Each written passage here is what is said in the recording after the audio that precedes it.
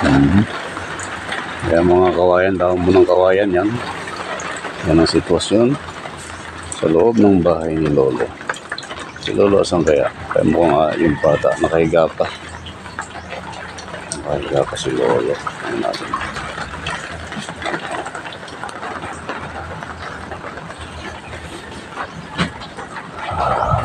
Ayan o. Wala pa talagang wala pang bintana, walang bubong, kundi lona lang na sako na inilagay ko. Ito ang sitwasyon namin dito, mga kapatid, brothers and sisters ng End Times Church of Jesus Christ, the Lord and Savior. Natin si Lolo. O pa yung tulog pa nga si Lolo. Lolo.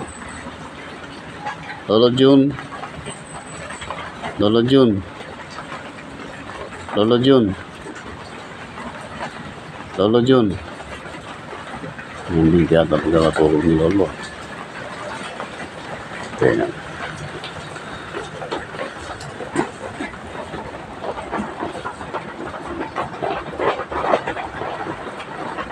Lolo Jun. Lolo Jun.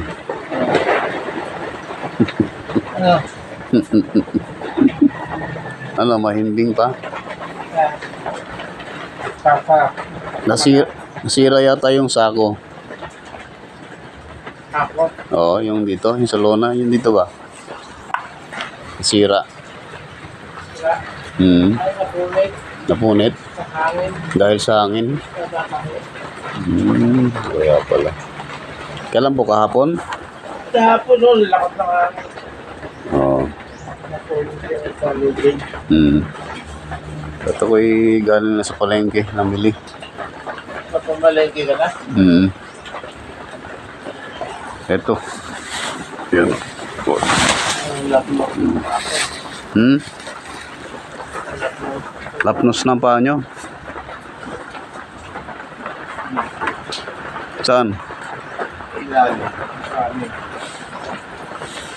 Ito? Ayan. Ito din eh. Ito din. Saan niya? Oo nga ano. Kalde po nga. Oo. Kabila. Meron din. Pero mas ano yung kanan no? Nababad kasi. May konti lang naman. Ito sa kanan talagang grabe oh. Ayan yung alipungan ni Lolo. Alipungan na.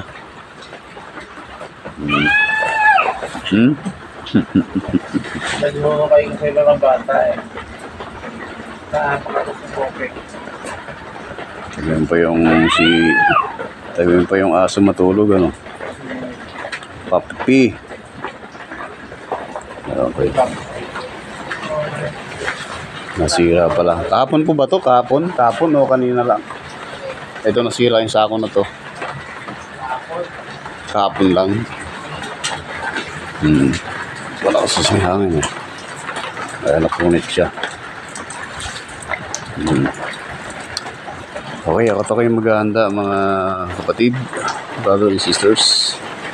Maghahanda na po ako para makakain kami ng almusal ni Brother Jun Arsenio o Lolo Jun Arsenio dito.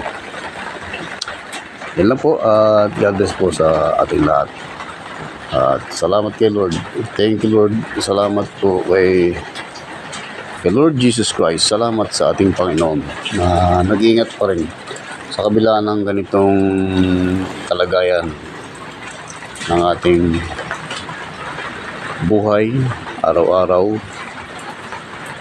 At sa biyaya ni Lord itong bahay na to at sa labas ayon din sa revelation ni Lord ay